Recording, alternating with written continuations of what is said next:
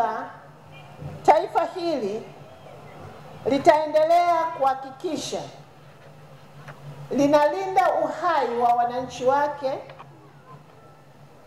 kwa kuangalia kwa kina aina muhimu za chanjo zinazotakiwa kutumika Tanzania ili kuweza kupunguza vifo, lakini aina za chanjo muhimu ambazo serikali inajidhihirishia zitakazoweza kuendelea kuondoa ulemavu unaotokana na magonjwa yanayoweza kuzuilika kwa kutumia chanjo.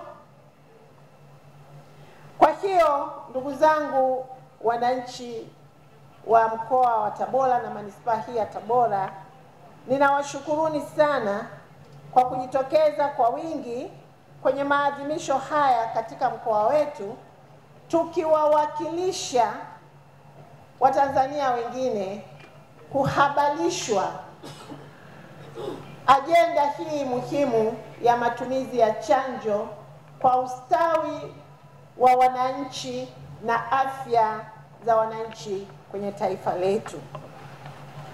Tanzania katika siku hii ya leo inaungana na nchi nyingine duniani kuadhimisha wiki ya chanjo ambayo imeanza tarehe 24 na itakwenda mpaka tarehe 30 mwezi huu Aprili.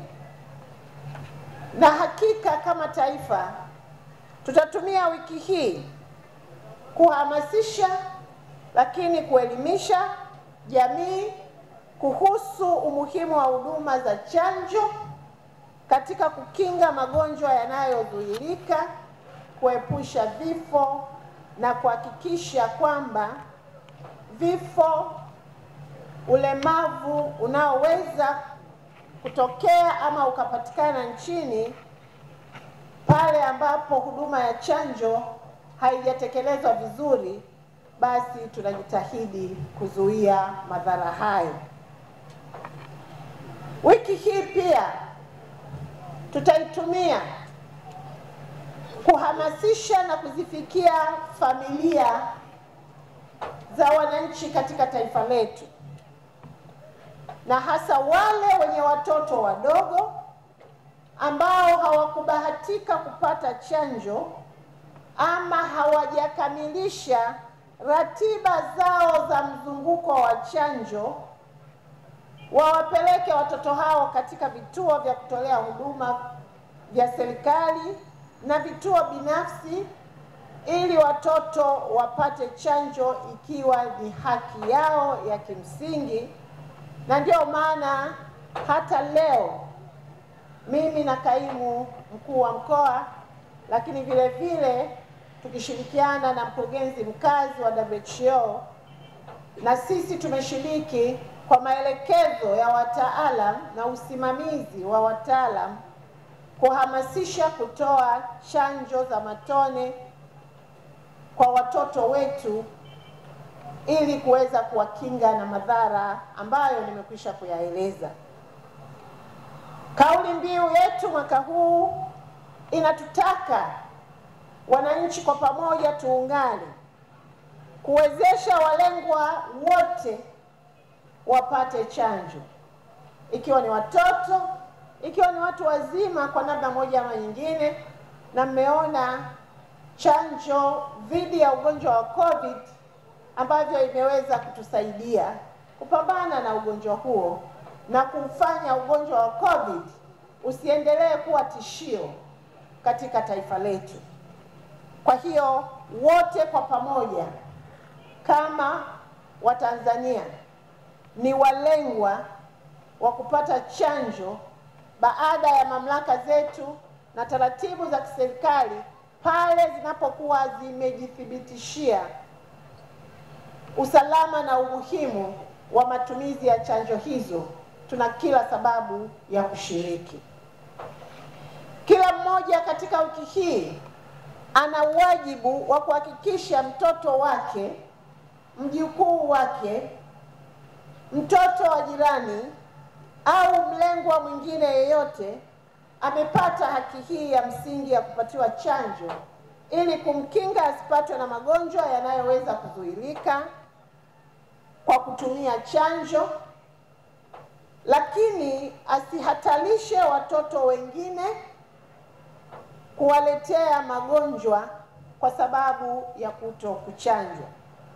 Wiki hii pia itatumika kuhamasisha na kuifundisha jamii kuhusu umuhimu wa chanjo katika kukinga magonjwa na kuepusha vifo vinavyotokana na magonjwa mbalimbali ambayo msingi wake ni kukosekana kwa chanjo. Magonjwa yanayokingwa na chanjo hapa Tanzania kwa sasa ni pamoja na kifua kikuu, donda koo, kifadulo, polio, surua, lubela, pepopunda na homa ya ini pamoja na homa ya uti wa mgongo, mafua makali na kichomi, lakini vile vile kuhara kukali na saratani ya mlango wa kizazi. Magonjwa haya yote kwa sasa nchi yetu inao uwezo wa kutoa chanjo ili kukinga jamii dhidi ya magonjwa haya. Wiki ya chanjo duniani ni muhimu kwa sababu itatusaidia wananchi kuungana na ulimwengu mzima kufanya tafakuri ya dhati ya umuhimu wa chanjo na athari zinazoweza kutokana na ukosaji wa chanjo kama nilivyosema mwanzo. Kwa hiyo wananchi tuna kila sababu ya kuendelea kusisitizana kutumia wiki hii ya chanjo kama fursa ya kuongeza elimu na uelewa wetu kuhusu masuala mbalimbali ya husuyo chanjo, lakini vile vile kupata nafasi ya kukutana na wahudumu wa sekta ya afya, kubadilishana mawazo, lakini ni nafasi ya wahudumu wetu katika sekta ya afya na wataalamu kutoa huduma za chanjo, ikiwa pia na kutoa taarifa za kibobezi za kibingwa zinazohusiana na chanjo kama tiba zuio ama kama kigezo kikubwa cha uzuiaji wa magonjwa. Ndugu zangu, niendelee kusisitiza, katika ulimwengu wa sasa kinga ni bora kuliko tiba. Na nitarudia tena, kinga ni bora kuliko tiba. Kwa hiyo matumizi ya chanjo yanatusaidia kujikinga na maradhi pasipo kutupelekea kutumia gharama kubwa, muda mwingi na matatizo makubwa katika tiba ya magonjwa hayo, endapo kama hatutakuwa tumejikinga kwa kutumia chanjo. Lakini niendelee katika fursa hii kuwakumbusha watumishi wote kwenye sekta ya afya kutekeleza majukumu yao kwa weledi, kwa kuzingatia viapo vyao ambavyo vimewafanya wawepo kwenye sekta hii kwa kuzingatia taaluma na ujuzi walionao. Wako baadhi ya watumishi wachache sana ambao wanafanya kazi kwenye sekta ya afya bila kuzingatia maadili yanayomhitaji mtumishi wa afya kuwa nayo, ikiwa ni pamoja na uzembe kazini, ikiwa na pamoja na lugha zisizopendeza kwa wagonjwa. Ninaomba nitumie fursa hii kuwakemea watumishi hao wachache kuto kuharibu heshima na sifa kubwa ambayo wamejiwekea kwa sasa watumishi wa sekta ya afya katika nchi yetu kwa ujumla. na ninaendelea kuwapongeza watumishi wa afya wote kwa kazi kubwa na nzuri wanayoifanya, na nitoe wito kwa watumishi wa afya kuto kukubali watumishi wachache kuharibu sifa na taswira ya utoaji huduma kwenye sekta ya afya nchini.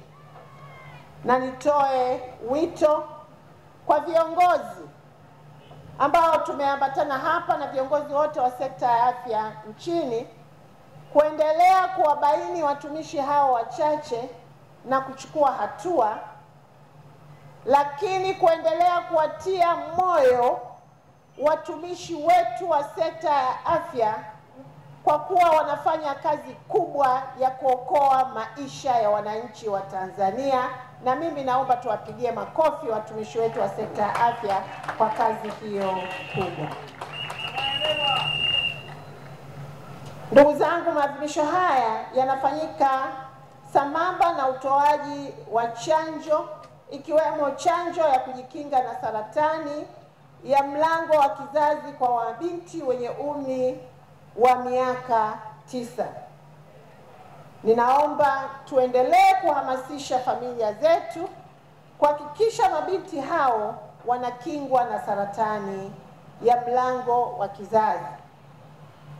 Katika aina za magonjwa ya saratani kwa wanawake, saratani ya mlango wa kizazi ndiyo inachukua asilimia 48 ya aina zote za saratani kwa wakina mama.